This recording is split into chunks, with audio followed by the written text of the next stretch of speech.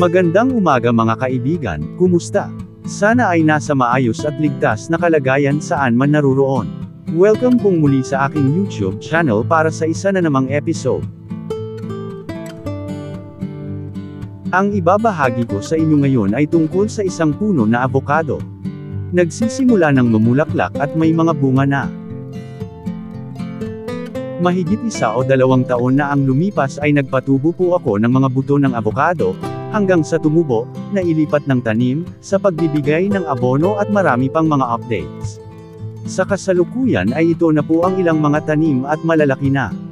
Para mas ma-appreciate ninyo ang pagtatanim namin kahit sa simpleng pamamaraan lamang ay naglagay po ako sa description ng ilang mga video links, sana ay mapanood at maraming salamat po.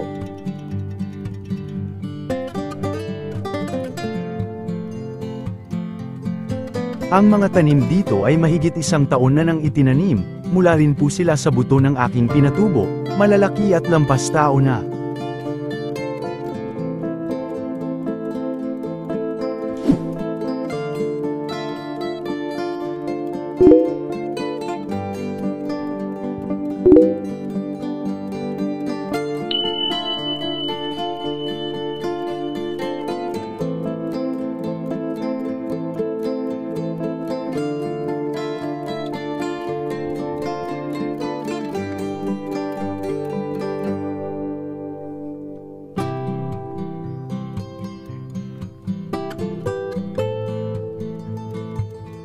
Itong isa ay nasa mahigit 3 taon na, nauna po ito sa mga nauna kanina, panahon pa ito ng pandemya nang itinanim at ngayon ay mataas na.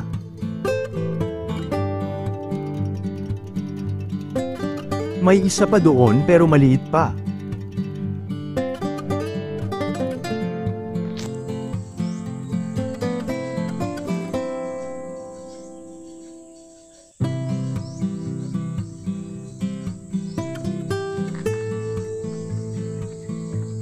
Ito namang isa ang pinakauna kong tanim.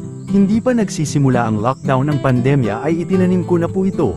Ngayon makalipas ang mahigit 3 taon ay may bulaklak at nagsisimula na ring magbunga. Susubukan kung makakuha o ma-focus ang mga bunga mamaya dahil nasa itaas na bahagi sila.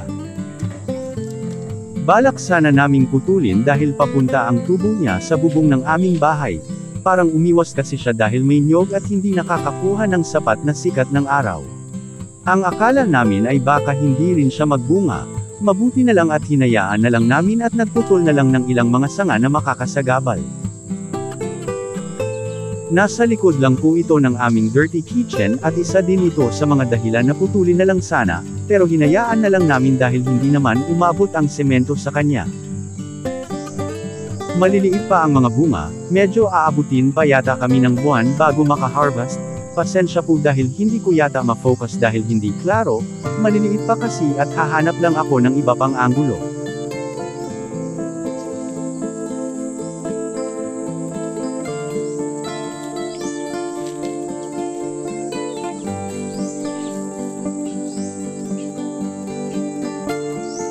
Pero itong saging ay tiyak na makaka-harvest kami sa mga susunod na araw, salamat sa biyaya.